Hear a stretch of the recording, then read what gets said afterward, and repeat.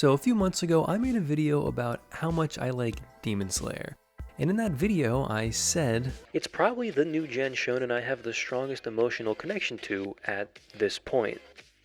Reactionary on-screen text aside, this is still probably true, mostly because half of my internet personality is morphed into Inosuke, but boy, did Jujutsu Kaisen 0 make this a far closer battle than I was ever expecting. More like Jujutsu Kaisen 10 out of 10, am I right, fellas? Going in, I honestly had middling hopes for this film. As I outlined last year, it took me a bit longer than most people to really buy into what JJK was doing, plus the cloud that was World Hero's mission was still circling over my head. To make matters worse, I am very much the type of person who doesn't really vibe with prequels, mostly because of the inherent restrictions placed upon them.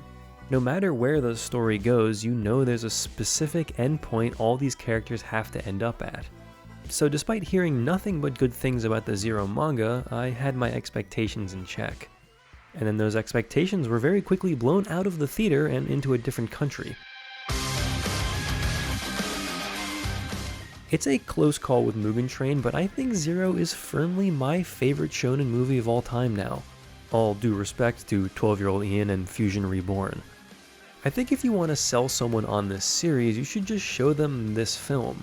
It so perfectly encapsulates what makes Jujutsu Kaisen special without being unnecessarily complicated. Sure, there are some things that a new audience probably wouldn't appreciate as much as someone a season into the show, but I think an increased feeling of tension and awe is a pretty good trade-off. As far as my experience went, I just think it's really cool that Gege Akutami basically wrote a one-shot version of an entire long-running shonen. Like, throw in some curses of the week, add a training arc, and slow down the plot progression, and this could have been entirely its own series. Would that have made it worse? Yes, absolutely. Part of the charm of Zero for me was seeing Yuta essentially speedrun the shonen protagonist arc. From scared weakling with an unfathomable power inside him to so comically strong that the final fight kinda just turns into him filming his own And One mixtape. There is a black flash in this movie that I will not elaborate on that made me squeal like a small child in the theater. Just the rawest, most distilled version of hype I have ever experienced. But I really do love Yuta as a character here, and I think it's really nice that he gets some resolution in the film, something that I was certain would be pushed off later into the main series. He also benefits from that one-shot pacing, staying meek for far less time than your usual MC and immediately creating rapport with the side characters, whom we all already know and love. It helps that Megumi Ogata is an absolute force at wringing out every last drop of emotion from her performances. And while it wasn't exactly the voice I was expecting for Yuta, I think it actually elevates his character all the higher. Also, character with sword is easily one of my favorite genders. Outside of Yuta and Rika, of course, much of the movie retreads what the anime has already shown us with its characterization. Just everyone's a year younger and Gojo wears a different blindfold for some reason.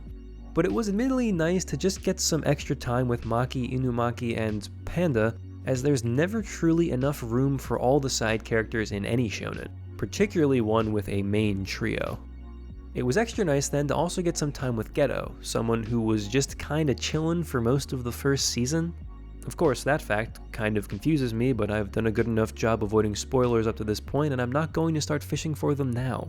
I would also be remiss not to mention that the movie looks absolutely stunning, with fight choreography on par if not surpassing the series and different levels of awe-inspiring animation that so perfectly scratches that high-octane battle shonen itch that we all assuredly have. I think it's safe to say at this point that Sung-Hoo Park is the guy you want directing your action-heavy animation.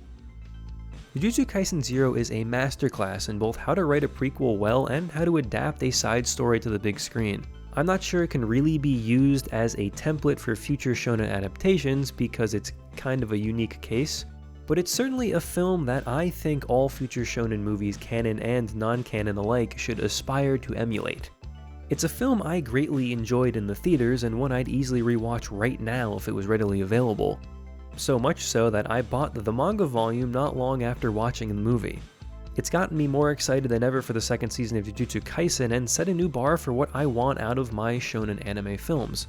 I'm not here to say it's able to stand up with the best of the best original films in the medium. I'm not a Shonen Jump YouTuber after all. But what Jujutsu Kaisen 0 sets out to do, it does so well. It's a near-perfect shonen film, and that's honestly a whole lot more than it ever needed to be. It's absolutely worth your time, even if you don't watch Jujutsu Kaisen, and I hope it gets dropped on streaming sometime later this year.